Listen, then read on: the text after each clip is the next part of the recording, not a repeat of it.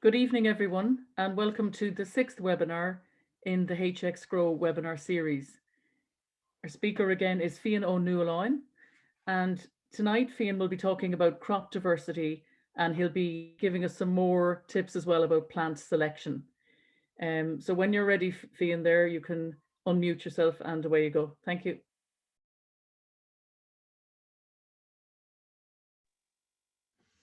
Hi everybody, welcome back.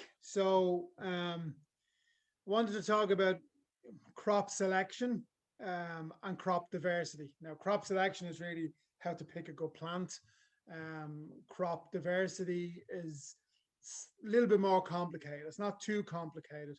It's just making sure you have a broad range of plants growing in your ecosystem because that will benefit your ecosystem. So it's not, when I say crop, it's not just edibles, it's for a wildflower meadow to make sure it has the right mix of plants that sustains even growth and uh, maturation that moves at different points through so that the birds, the bees, the butterflies that come in and feed off of those, that they have different high points and moving feast throughout the season or the period of growth. There's no point everything coming into flower in March and April and then there's nothing left by the time it gets into June and July, or everything comes in June and July when it's too late and the bees were emerging already in February. So it's trying to make sure that, whatever your garden or your ecosystem is that you're trying to manage and continue on with, that it has a broader range of crops that gives multiple seasonality, which is more enjoyable for us, but is much more beneficial for the insects and pollinators that will visit that space. Um, in terms of crops with the edible sort of stuff, I mean, if we go back, before on Gortamore, before the famine, I mean, even during that period of time, there were lots of crops grown in Ireland. It wasn't just the potato. So carrots, parsnips, we were still exporting strawberries and fruits. During the famine in particular, lots of foods were taken out under armed guard to be shipped to the Crimea and to feed the British Army during the war and all that sort of stuff. So without getting kind of too political about it as such, there was a tremendous amount of food plants grown in Ireland in that period.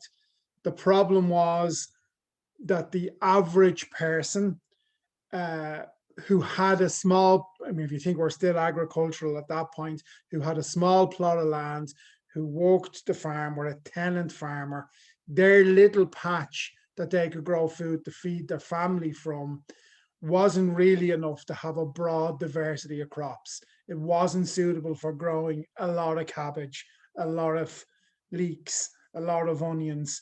And really, the best crop that they found was that if they grew a potato, one tuber gave them 20 or 30 potatoes. So we slowly became dependent on potato as the only crop. And the crop that we grew was a potato known as the lumper. So when the blight came in and hit the lumper crop, well, because there was only one crop of that species, the spores spread rapidly. There was no blocking points with different species that may react in a slower process to the disease or to the pest or the pestilence that was attacking it. So it meant that it spread rapidly, pretty much overnight, but it spread right across the country very quickly because we were coast to coast lumpers. So there was no break in transmission of the disease. And then because, there were no other crops in the garden or on the small patch that you actually had, then the catastrophe of a single crop lost became a major catastrophe. So ever since then, I'd love to be able to say that 100% nobody has made that mistake again. But currently at present, um, McDonald's insists that all of their growers grow this potato called the red Burbank. Now, at the moment, it's disease and blight free and whatever else. But if that's hit in the morning, Well, half of the Midwest of America, large tracts of Russia, and sections from the Baltic down into Europe that solely grow that crop as a monoculture on a phenomenal scale, well, they're going to be wiped out overnight, just like we were a couple of 100 years ago. So the idea is that lots of Irish scientists later on, now it still took us 100 years or so to get through and over the famine and start looking at kind of crop genetics and how you can slow stuff down. We developed, lots of scientists here start breeding potatoes that will be blight resistant, and you can still get blight resistant potatoes now on the market. But generally what we do is that we have, in terms of potato crops, you'll see often on the packet earlies, main crop, lates. So your earlies, they get all planted at the same time. People often think, oh, your earlies you plant early, your main crop you plant later in the year, and your lates you plant kind of halfway through summer, and you dig them up in autumn or for your Christmas roasties.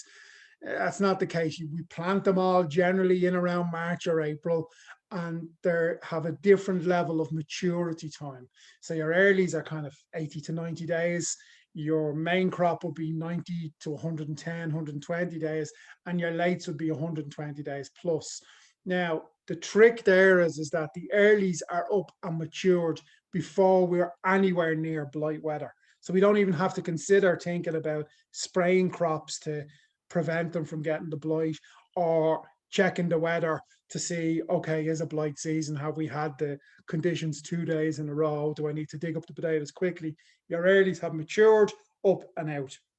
Your main crop start to come in generally in and around August time, and that's when we can start to get blight weather.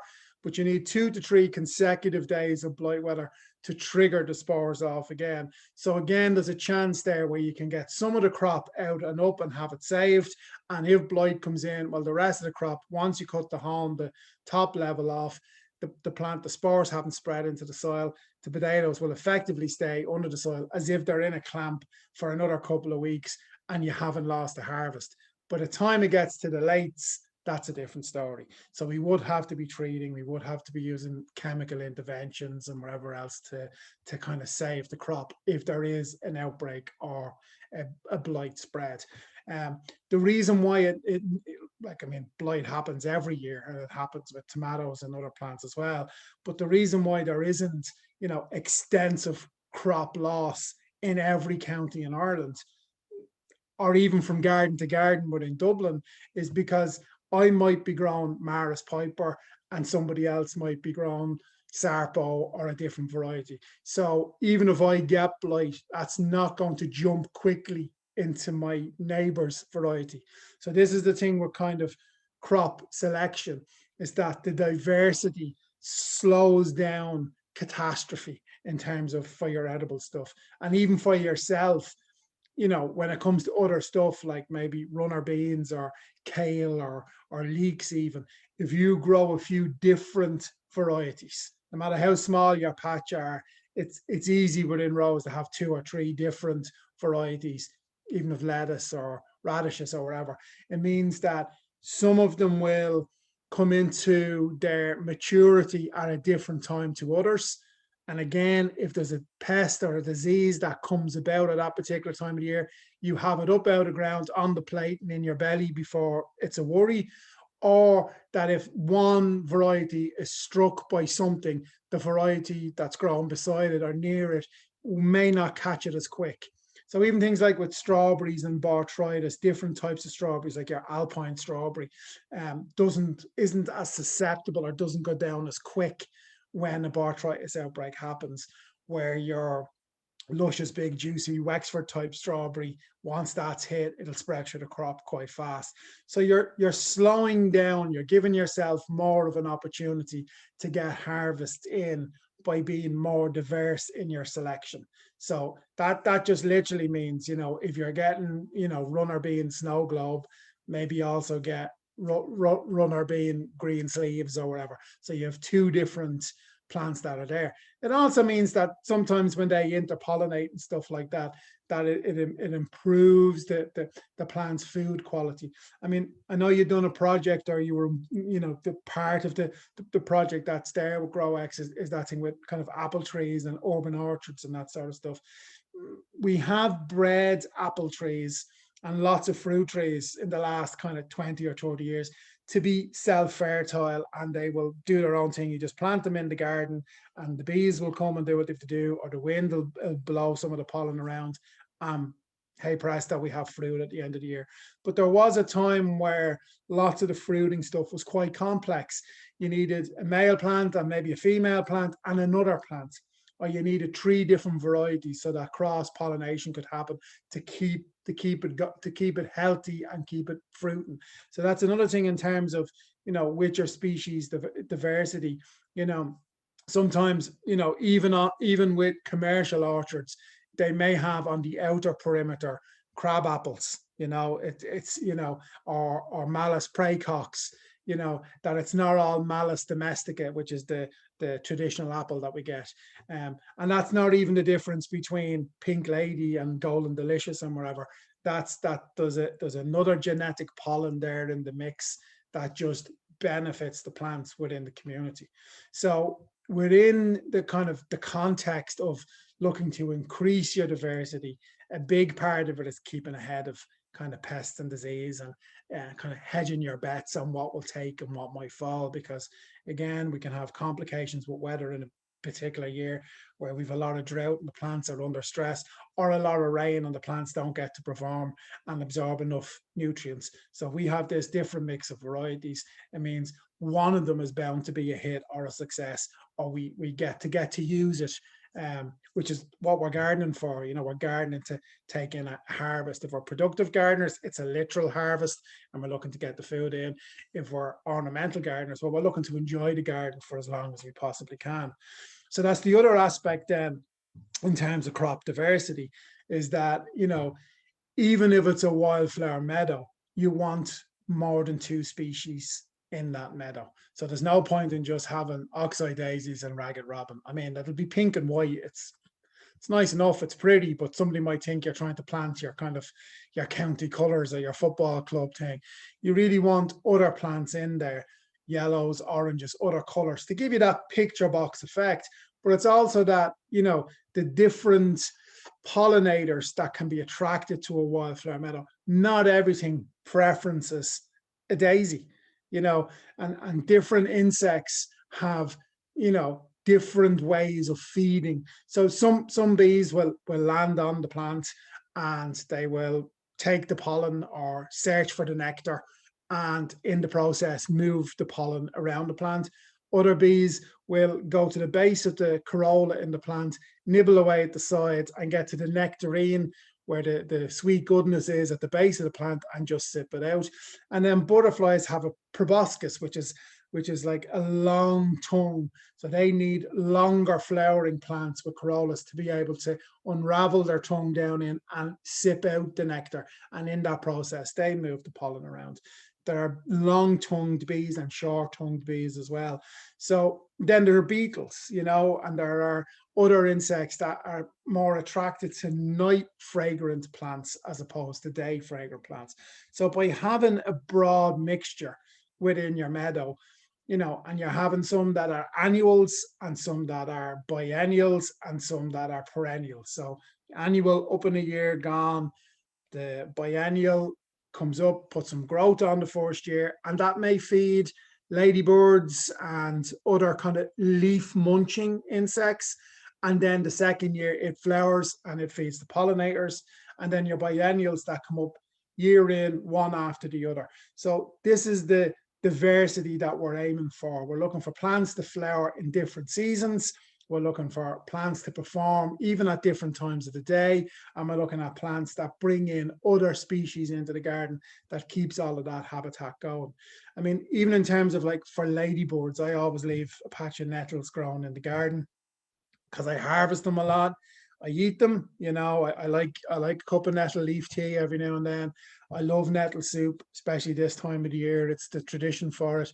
And then also I can make a high nitrogen fertilizer out of the excess. Once it gets too bitter for me to be making it into a soup, or, scrambling it up in a bit of tofu or whatever, I can then harvest it, ferment it in a bucket, and it's a high nitrogen feed. But really why I have it is to bring in the ladybirds. So if I bring in the ladybirds, a single ladybird eats 500 aphids in its little life cycle, and it goes off and lays a whole ton of eggs, and then they go and they eat 500 aphids each. So for me, it's integrated pest management. It's a way of bringing in the insects that are going to feed off other plants in the garden and make sure that they don't suffer a bad infection or a bad infestation. So the more kind of species you have of plants in the garden, the more of this symbiotic relationship is going on between them, the more beneficial insects are coming in that don't just feed on this plant, but may actually benefit from the other plant across the way.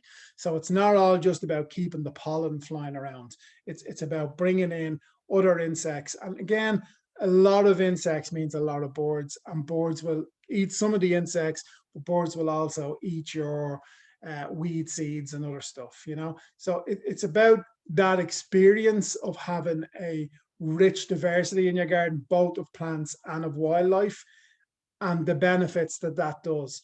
So within growing communities, again, you might often hear of things like companion planting.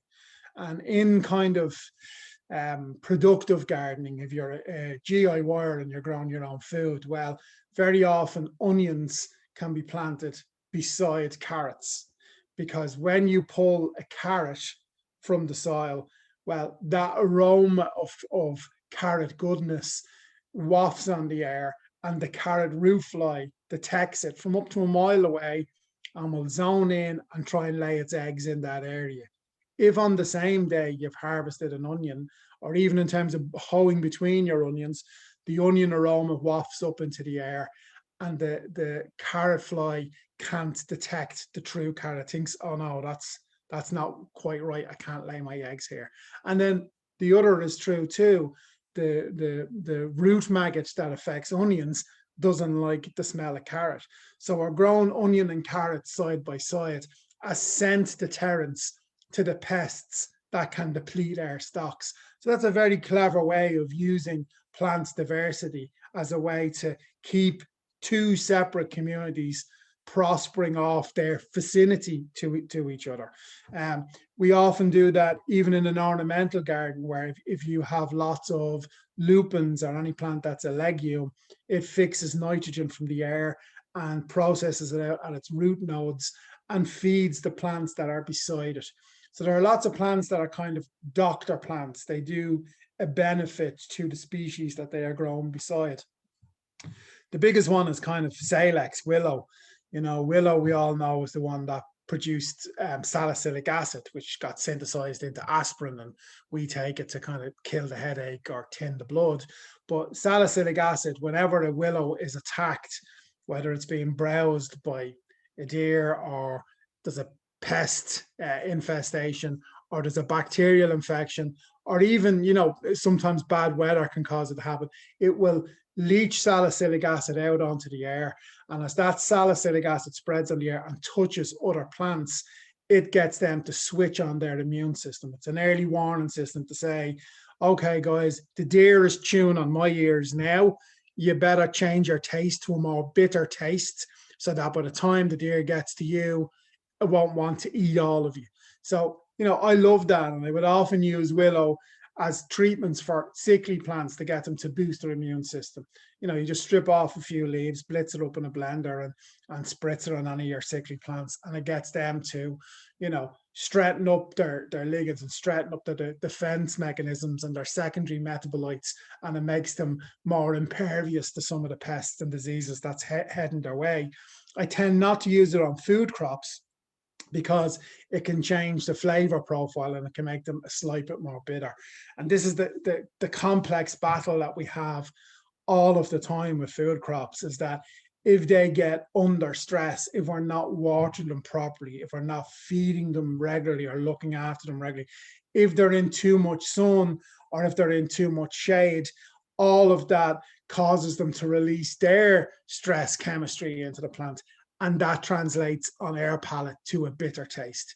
It can often translate that the plant goes to seed too quick, and in conjunction with going to seed too quick, it doesn't need to be, eaten as such to be spread around. It's already going to seed. It's going to set its seed there, and it turns out to be bitter. Where if you think of stuff like fruits and apples, they need to maintain a sweetness because how they're spread is by humans eating them or by animals eating them and then moving away and leaving the seeds somewhere else. That's the apple doesn't fall far from the tree type thing. The apple wants to fall far from the tree because otherwise all the baby plants just crowd out the parent plant.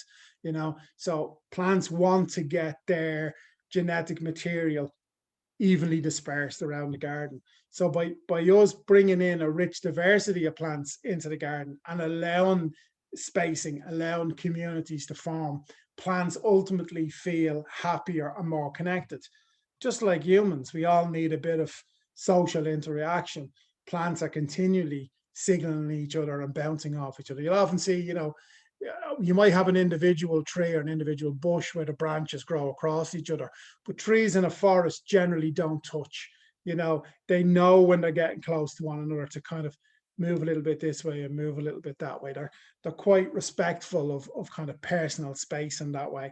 And it's, there's an evolutionary thing in it. If they do touch and grow into one another, they just shade out the subfloor. And if they shade out the subfloor, well, then there isn't all of the stuff happening at ground level that contributes to humus and soil conditioning. So even when they drop their leaves, the leaves won't rot down if there's no beetles. So if there isn't space, if there isn't light getting through, if there isn't rain getting through, if the canopy is too heavy, there's nothing happening on the ground and they will die off. So everything, that's the wonderful thing about kind of plants and biology, is that, there is this cleverness, whether you want to call it intelligent design or whatever, there's this cleverness in how things function and work together. And that's one of the things I love about the garden, is just looking at the kind of life lessons that are there. But the diversity then is also kind of important when it comes to just having a garden plant. And again, that's gets down to like just extending your season. So you may love dahlias and you may love peonies and you may love roses, and they may all kind of look like they're the same shape of flower, and they may all just happen in the same June, July season.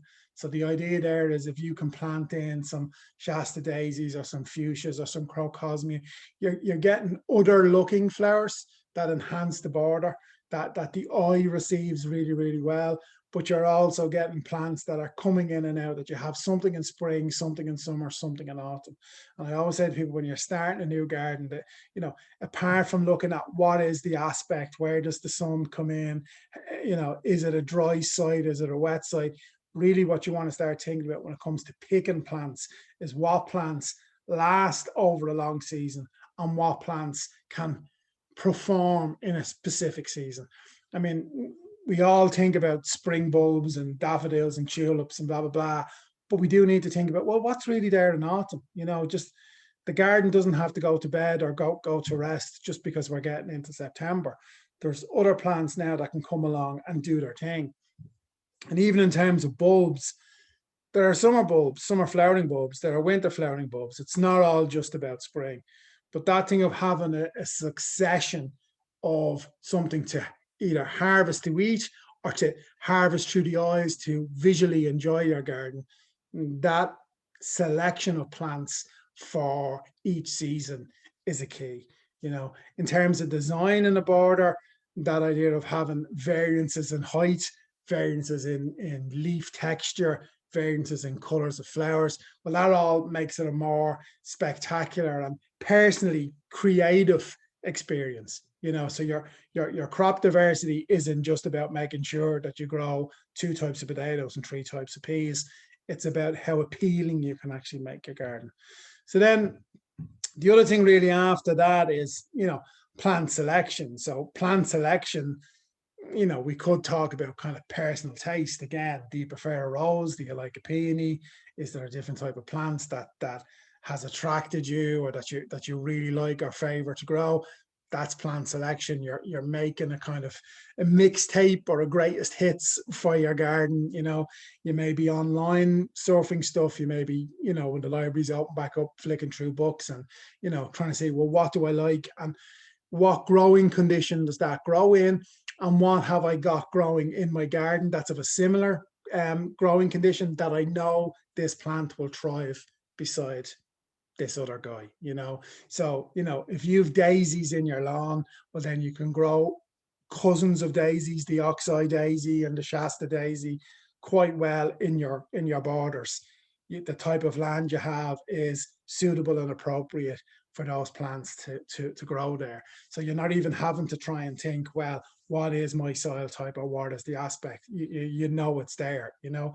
And lots of kind of ornamental plants, if you think of like Troleus and stuff, well, they're in the ranunculus family, and that's connected in with buttercups. So if you have buttercups in your lawn, then you know you can grow those types of plants in your border. So, you know, not everything is a kind of a hard science and you know, having to really hit the textbooks to reach everything to the nth degree to make sure it fits. You know, the plant likes a dry site, you plant it in a dry site. If it likes shade and moisture, that's where you plant it. If you don't have shade and moisture, maybe you plant a tree that's going to cast some shade. Maybe you amend the soil with lots of manure and your compost and leaf mold, and you make the humus more readily available in the soil. And that means that your soil particles will hold more moisture throughout the year.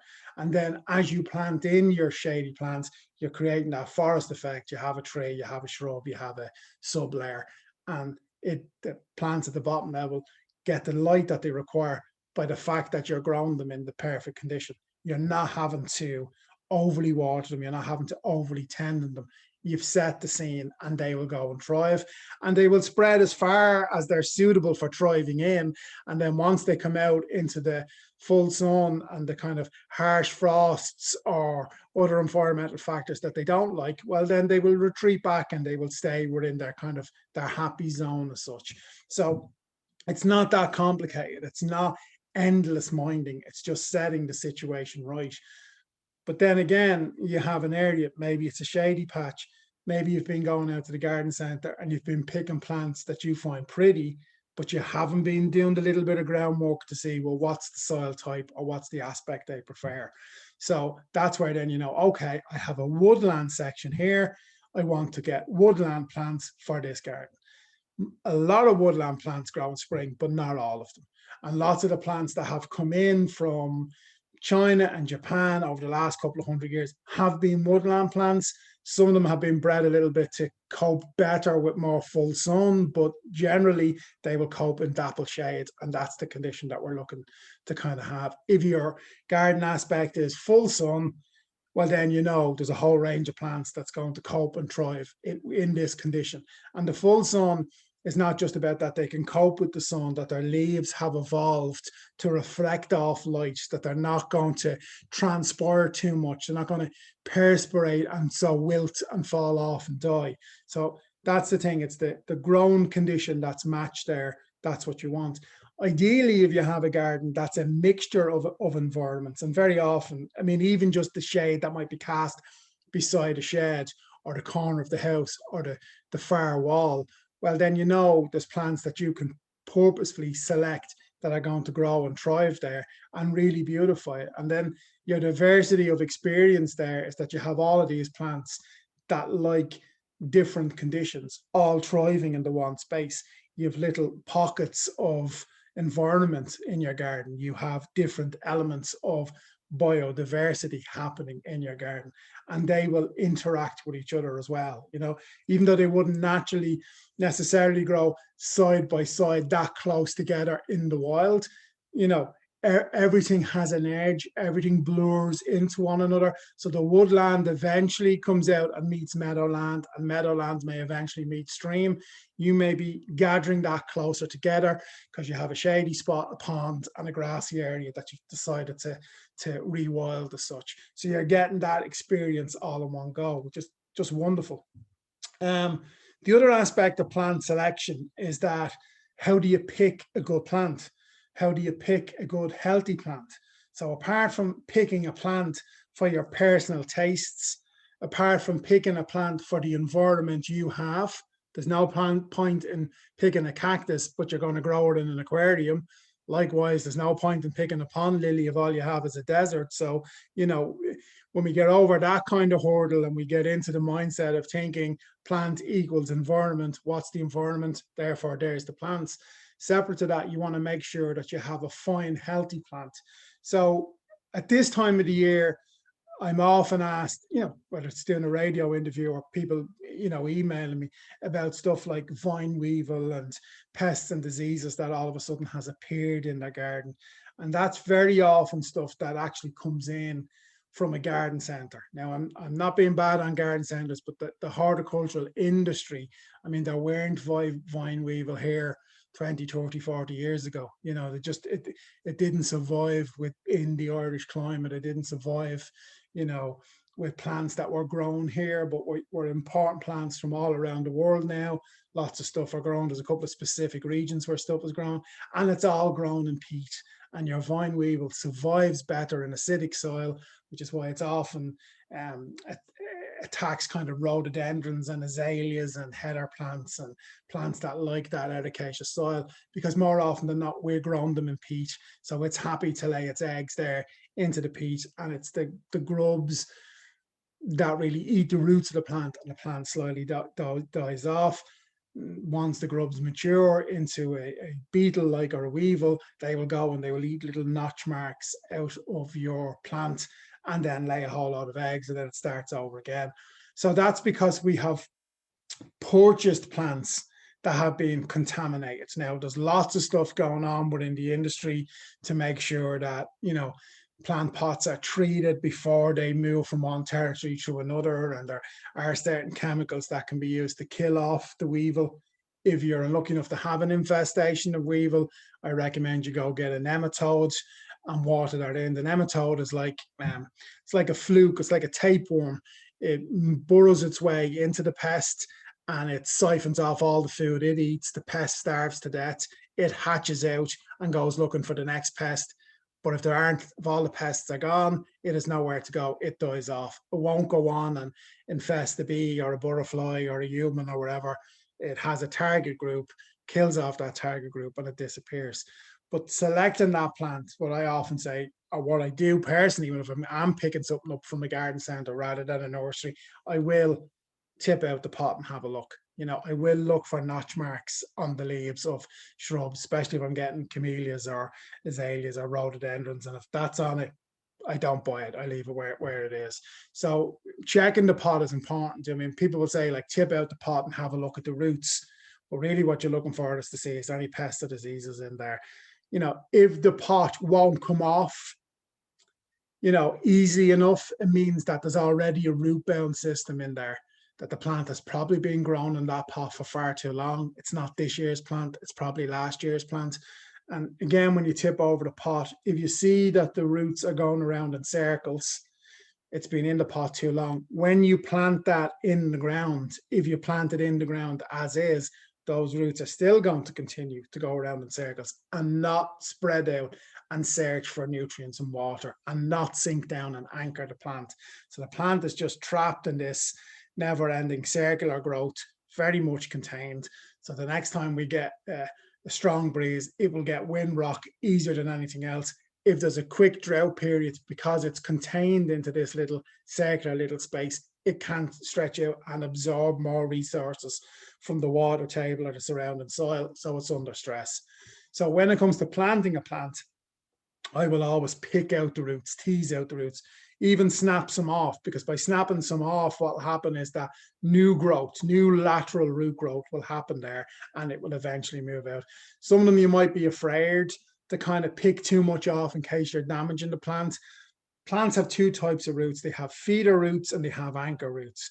So when you're picking off around the edge, you're kind of encouraging both to regenerate. So, you know, the best tip I can give anybody for planting a plant, other than put it in the right place, is try and tease out the roots where you can, and it will look after itself.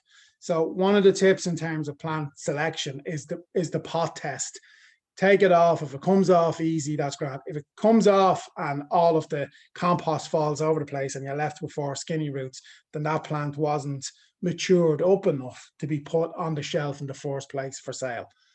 So you scoop it up, put it back in, maybe give her a little drink of water and leave her on the shelf. Tell the person in the shop, I was looking at the plant and it fell apart. You don't want to bring that type of plant home either, because that's going to go into shock the minute you plant it, because it hasn't built up a substantial enough root base. Most plants don't like being moved on. I grow a lot of stuff from seed, and okay, I've started it from seed, its roots are happening as it's happening. I'm not trying to get something that's come from a hydroponic system or has been grown in 15 different stages and then put in a pot that's far too big for it so that they can charge $12.99 rather than $7.99. Just don't buy into that sort of stuff. So the pot test is a great thing. The other thing is to make sure that your plant is actually upright.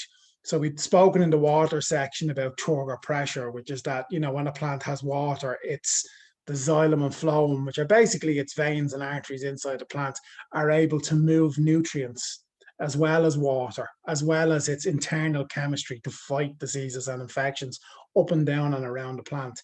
So turgor pressure is required. Any plants that are slightly wilting over, that means they are under stress. Again, if it's an edible plant, it's going to taste bitter.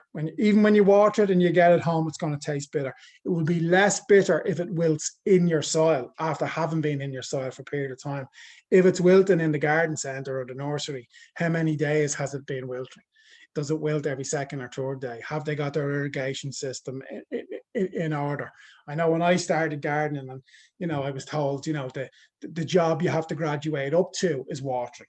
You could chop a tree, you could plant a tree, but to water, you really had to know your thing, kind of wax on, wax off sort of stuff. So, watering is a key aspect to maintaining the health of a plant and keeping it alive, but it's also to stop this constant, contraction, expansion where the plant is wilting and then the turgor pressure is back again. That changes how it opens its pores, how gaseous exchange gets through, which is how photosynthesis happens, and how the plant can build up its rootstock and its healthy stems and its healthy leaves. So the next thing in terms of plant selection is to make sure that it is a well-watered, well-cared for plant. Anything that's wilting, forget about it. Look on it for pests, for signs of pests and diseases. Anything like that, leave it behind. If there's chunks out of leaf, even if it means that it's on special and it's on the special trolley for €2 and there's 20 of them, there's no point taking it home if it's already been under stress and suffering, because it's probably not going to take so well in your garden and may need a lot of care and attention. And I'd rather go buy a package of seeds and start from scratch, or ask somebody for a cutting of a similar plant that they have in their garden. If it's something that I really wanted and it just wasn't available, only in a tally condition, there's no point. And that may seem cruel and like you're not giving her a chance. Gardening is a wonderful activity. It's a very pleasant pastime, but there's a degree of hard work that's there in keeping it. And for those of us who don't have expanses, who have small spaces, who may just be grown in containers or just have a small border in the front garden, the plants really have to carry their weight. They have to hit the ground running. They have to perform. They have to deliver the flowers if that's what we're growing for, or they have to deliver the food if that's what they're growing for. So you really want to be picking high quality, well-bred plants. Now, most garden centres and nurseries across Ireland are on the ball with that, but every now and then you can see a lapse. And I know plants now are kind of beginning to be sold everywhere, and especially this year, because of COVID and people taking it out into gardens. I think nearly the ice cream man is going around now selling kind of busy lizzies and stuff. They're just everywhere. So it's kind of, we need to be on the ball and make sure that we're bringing home a really good plant. If you know the plant should be a dark olive green and it looks kind of a yellowy, anemic-y color, it's been watered with the wrong stuff, or it hasn't been fed, or it's sickly, anything that's turning yellow, there's a problem there. That's how the plant is kind of signaling I'm in distress. Unfortunately, yellowing leaves signal to aphids and to other predator insects that come and feed off plants, that its leaf structure is easier for them to sink their teeth into and suck the sap out of it. So a yellow leaf in a garden is kind of like firing a flare gun up in the air to say, we're over here, come bombard us. which is why when we're weeding, one of the things that we do, apart from kind of deadheading and, taking off the floral top so that the plant will produce more flowers and not go to seed, is picking out dying off leaves and yellowing leaves. It's a way of keeping the garden healthier and more effective. And this gets back to this thing about plants diversity. Again, is to have as many plants as you possibly can in your garden, so when these insects are flying over looking, where do we bombard? What they see is lush greenery. What they see are multi different textures, various different colors, and they don't notice that yellow leaf. If you're only growing this one plant and you happen to be watering from the tap all of the time, and your soil isn't good enough to be able to give it the potassium and the magnesium and the iron that it needs to stay green and vigorous and healthy, well, then your aphids are going to hit all of those plants in one go. The other trick to kind of look out for is, if a plant is supposed to be fragrant, smell it. And make sure it is fragrant. You can get lavenders that haven't been grown in sufficient sun, and they're just not going to produce the aromatic oils. And not just lavenders, mint, lemon balm, anything with a fragrance in it, it requires the right growing conditions. And that doesn't just start in your garden, that starts in the nursery. So if they've just been grown in a polytunnel somewhere that's probably shaded, they will put on all the ample growth, but they haven't built up the aroma, which means that when you plant them in your garden, it's probably going to take 2 or 3 summers before they get it together to perform. So really what you want to do is take a smell. Is this lavender, lavender? Is this lilac, lilac? Is this chamomile, chamomile? Is this mint, minty? If it is, then you're okay. And again, it's to look for kind of curls on leaves. That means there could be a spider or a mite infestation on the plants that is eating sections of the plant that makes it kind of curl. That can also be a cultural condition. Again, if you look around now, if you walk around the streets, lots of the hedges have little black tips on the leaves. That's where the cold spells have given them a kind of, if you think of, trying to get to the Antarctic and half the crew comes back with no toes, that's what's happening. They're getting kind of frostbite. In the next couple of weeks, as the sun comes out, they might start to get sunburn. Plants can actually get sunburn. The heat too much, again, causes them to wilt over, and then we're having an issue. We spoke some about this in terms of when we're talking about watering and feeding and how we can maintain the health of a plant. But there are plants that are bred to be drought resistant. There are plants that are bred to resist certain insects, or browsing by deer, or browsing by rabbits. So again, when it comes to plant selection, if you're in an environment that is problematic, if you are in scorching sun, or if you are in the shade of a 20-story building and there's no light getting into your garden, then you want to pick a plant that's bred for that and that's vigorous enough to be able to cope within that environment. Also, if there are rabbits, if there are foxes, if there are dogs cocking their legs over all of your plants as well, you want to make sure that they're able to deal with that, or that you're able to deal with the wildlife that's coming into your garden. Now again, we can't all have landmines and shotguns and that sort of stuff, but tape that makes noise scares off a lot of stuff. Scarecrows, it's in and out whether they do effectually, that the birds may be scared of them for the first couple of weeks, and then thereafter they're actually nesting in their pocket and all of that sort of stuff. But noise is a great distraction for wildlife because they're hyper cautious. So plants then that can cope with being browsed a little bit, that can cope with strains to their system. Again, that's a way of finding something in a plant that's healthy, because if a plant is healthy from the earliest stages on, it can cope with the rigors that it's going to face in your garden, whatever those rigors are. It's the good start. The old Irish saying, a good start is a third of the work. That applies to your plants and your plant selection as well. And then the other aspect of plant selection is, that's it, it's down to the kind of your personal choice. What type of flower do you like? What color flower do you like? What, do you prefer spearmint as opposed to peppermint? What's the flavor profile you're looking for? What's the color profile? What's the scent profile that you're actually looking for? And what may be there in the garden that may complicate or complement what it's grown beside? There are some plants. I mean, even in terms of like, you know, with your privet hedge and stuff like that. I find sometimes when the privet hedge gets the flowering and it rains a bit, it can smell a bit like cat's pee. So there's no point in having all of your lovely kind of trumpet lilies and lilac and stuff in front of that, because you're not really getting a deep inhale of all of the nice aromatherapy. You're still getting the kind of the foxy waft or the cat's pee kind of waft. That's not to say go rip out all your privet hedges. It's just sometimes that's what happens. So maybe your aromatherapeutic corner of your garden is not beside the privet.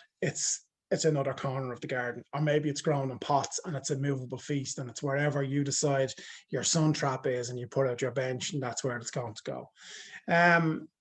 So that's kind of the diversity side of stuff. I mean, the other thing is that, you know, there are different places that run, you know, seed swapping clubs that keep the diversity of plants going.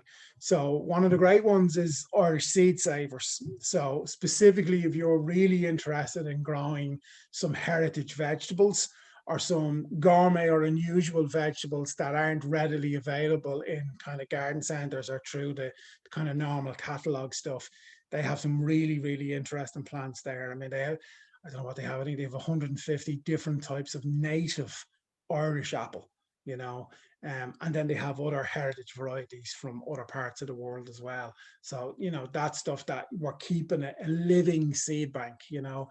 The thing is that, you know, there are a couple of seed banks around the world in case the asteroid hits or wherever, that humanity can repopulate the earth. But the problem there is that some of these seed banks, those seeds, you know, seeds need to be grown on to adapt to current climate conditions so that they hardy up. You know, there's no point in keeping a seed cryogenically frozen. And meantime, the earth is releasing through volcanic ash or wherever else all sorts of extra chemicals into the air that this seed has never experienced. And then we go plant it out and it just faints with the atmospheric pollution that's there, or with the fluctuations and changes in temperatures. So if we're growing these plants on, it's a living seed bank, you know. And I like the idea. There's a couple of places now around the world where they're building seed libraries where you can go and rent seeds. So you go and you get your tomato, you know, cherry blossom smile, and you will grow that variety, and then you will harvest your seeds from that tomato and bring it back to the library, and then rent out your Babington's Leek 101, and then you will bring that back and rent out something different. So again, that's a way. I mean, gardeners are great at sharing cuttings and collecting seeds and passing stuff on, but I like the idea of the living seed bank, not just sticking something in a warehouse somewhere and hoping in 50 years it's, you know, it's going to cope with whatever environmental changes have happened. I mean, plants are evolving on the planet with us humans for millennia, so they're well used to stuff, but it's just that thing, the living side of it, the diversity in it, us sharing different plants and saying, you know, this variety of tomato that I grew last year was rubbish. It was rubbish. There was no taste to it. Whatever about how well it performed on the plant and how well it didn't wilt and it never split or whatever. No point if it tastes horrible. You know, we spent a lot of years improving the genetics of sweet peas to make them flower for longer, because the people who were growing sweet peas were all of a sudden growing sweet peas to make a statement in the garden, where traditionally we grew sweet peas for the fragrance. And all of a sudden the fragrance is bred out of the plant, and it's just a big sweet pea that lasts for a month or two. But what's the point if it doesn't have its fragrance? Because if it doesn't have its fragrance, it's not bringing in the pollinators that was meant to be there for it. You know, it's like the bluebells. If you have a bluebell and it's arcing over, it's a native bluebell. If you have a bluebell that's bolt upright, it's either a hybrid with the Spanish variety that was brought into gardens about 20 or 30 years ago, or it's the Spanish variety. And it has no scent. Native bluebells have a scent. So the bees will go and visit that plant because they've spied it in the garden, but the bees aren't being attracted in by the waft and smell. So this is where the diversity is important, because it's that way of, it's not just for us, it's for the symbiotic nature of a garden. You know, there's no point in the bees coming in and feeding off a few key plants, and then on their way home, they're not bothering to go and visit the native species. So if we can include native species into the garden as well, that's another go ahead. I think we're near question time. Yeah, we have a couple of questions there, unless you want to say anything else there to wrap up. No? No, that's it. That's all the key points. Yeah. You've taken us from nematodes to asteroids. I know, yeah. I think we'll all be Wrong! I think we'll be much sharper consumers now in future if we go to garden centres or whatever. So thanks for all those tips. Okay, I'll fire ahead with the questions there. The first one is, why is the blossom on my lilac tree so small? Well, yeah, I mean, for this year in particular, lots of stuff is very late, and stuff that's starting to come through is smaller or less colorful than it used to be. And we've had a long winter. We've had a cold, wet winter, and not everything. I mean, we're supposed to be in summertime. You know, there was still frost on the cars on my road this morning. So it's climatic year in, year out. We can have mini climates in a given year that undermine how a plant would naturally perform. What I would recommend though is maybe give it a good tomato feed, because tomato feeds are really there to help flowers produce and be more abundant. So at least in case there was some sort of nutritional deficiency, which is, if you have a lilac tree down, it could be down years. With all of the rain and stuff that happened last year, your nutrients can have leached out of the soil. You can top dress around it with manure and compost and whatever else, but a good liquid feed. If it's a small enough lilac, I'd actually spray it on the leaves and the flowers and let it get in that way. But don't worry, there's lots of stuff that's going to be late this year, and it's going to be small or less floriferous than it used to be, and it's just climatic. Okay. The next questioner has questions. I'll ask them together. First, they have a kiwi plant for 3 years that has never yielded any fruit. Their second question is that their rose bush is being eaten with greenfly, who are spreading to other plants, and they've tried soapy water with no results. Okay. Kiwis are tricky. It's one I tried to grow myself a couple of years ago. I heard this thing back when we were talking about the ozone as opposed to the planet heating up, that kiwis wouldn't be able to be flown in anymore from the parts of the world in terms of protecting the climate, because the cost of kind of air freight and stuff like that meant that kiwis, bananas, and even kind of vanilla beans and stuff like that were going to disappear. And I was trying to see if I could grow them on. I never had any success with them. There is a hardy variety that I think was developed in Sweden. I can't remember its name now. That can be grown on, but you still need a polytunnel or a glass house. Even though they say that some of them can grow up against the south facing wall, they don't. Not here. We're too soggy, we're too cold, and like the last couple of months, it can be a problem. But yeah, I just can't think of that name, but there is a hardier variety that might be worth swapping out the variety. In terms of the roses, the soapy water, which is the kind of, grandma's trick or whatever, how that works is that aphids they have a mouth, but they use the mouth for suckering, but they breathe through all of these pores on the back of their head. And what happens is when you throw the sudsy water over, the suds actually forms bubbles over their pores, and they run out of air. They suck all of the air out of that bubble, and then they asphyxiate, right? So it's a bit Agatha Christie gruesomeness or whatever, but that doesn't always work because your bubbles aren't always consistent, and unless all of the pores are covered, that's not going to happen. I recommend the squish thing. It's not pleasant, but you may have to just go get the stem, put a pair of marigolds on or wherever your gardening gloves are, and just literally squish the aphids off of the roses, crush them. What happens is, again, this is gruesome, but as they start to decompose, the fragrance deters other aphids from coming to colonize your plant.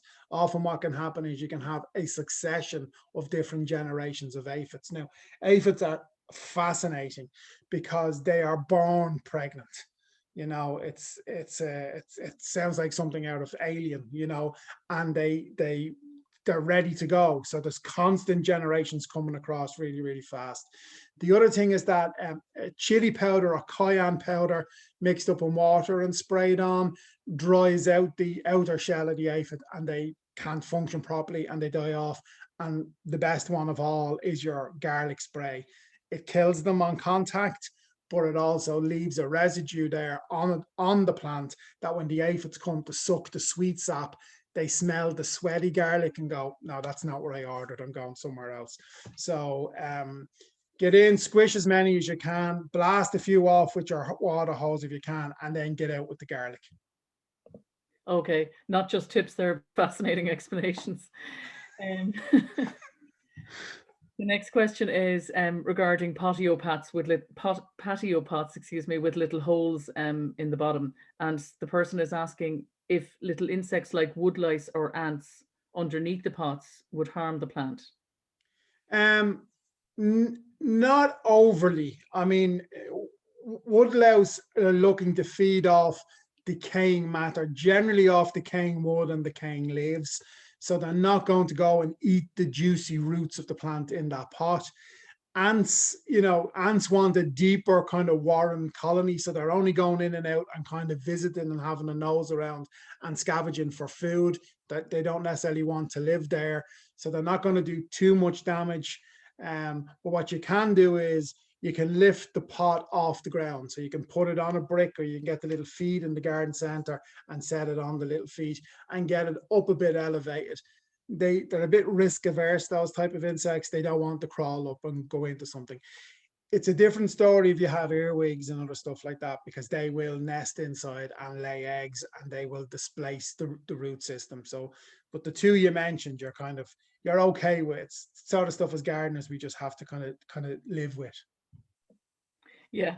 I have two questions myself, actually. The first is somebody was recommending to me recently to plant nasturtiums next to veg, because they said the nasturtiums would attract blackfly, which the veg wouldn't have. But I don't have any blackfly in the garden anyway. So it sounded to me like that was just drawing trouble.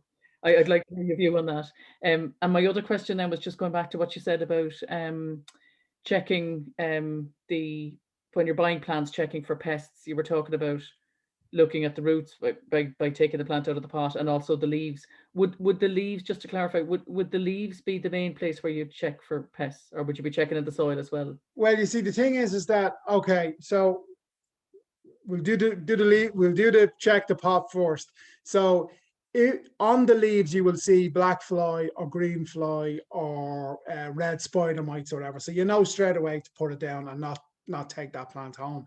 The reason why I mentioned open up the pot is it's because something we don't naturally think to do. We don't think, oh my God, there are so many soil-borne pests that could be contained in this pot. And I didn't check it until I planted it. And now half the garden is kind of infested. So we're running our eye anyway over the surface leaves and looking at the flowers and whatever else to make sure it's a good plant. It's to go over the pot for that. Very rarely will you bring an insect on a leaf home, because you'll have seen it. It'll be there in the garden center, or when you pick it up and put it in your trolley, it will flit off and go somewhere else. And then the first question was, I'm after forgetting. Oh, that was about the nasturtiums, whether it was worth. Oh yeah, so nasturtiums are a trap plant, and there's a couple of plants that aphids, whether they're black fly or green fly or white fly, really like the taste of, and they're often planted close by to let everything go on to that. It's kind of like a sacrificial lamb type thing. So you can do that, and it's, I don't know about the ethics of it in terms of leaving out one guy to get kind of attacked by everything in the garden. And the thing with nasturtiums is they're lovely. So they're not just lovely visually, in that I love the shape of the leaf and, the flower, especially when it's a kind of a Buddhist robe orange. It just catches my eye. And, the Buddhist robes are said to vibrate at the frequency of joy. So when I see things like, calendulas and nasturtiums and gerbera daisies, that I feel the kind of the resonance of kind of happiness coming off them. So I hate to think, oh yeah, that's just thrown out there to be attacked, but they're edible. You know, the leaf has a peppery taste. You can put it in a sandwich, and the flower makes a wonderful garnish in kind of salads and stuff. So, you know, I would use nasturtium as a crop in itself, and I would be looking to protect it from the green fly rather than leaving it to the green fly. But it is a long established thing of having sacrificial plants at certain parts of the garden that, you know, the pest and disease will actually go to over your favorite crop. Okay. Well, that's the end of the questions for this evening. It was a fascinating talk. I just learned so much myself. I'm sure everybody else would agree. So just to mention that next week's talk will be the final one of the series. I'm sorry to say that. And Fiann will be discussing propagation. In particular, he'll be looking at cuttings, air layering, divisions, and so on. And there's a small chance as well that we might get a sneak peek at Fiann's garden. No promise yet, but you never know. So, hope to see everybody back there then. Thanks Thank so you, much. everybody. See you next week. Thanks, everybody. Bye.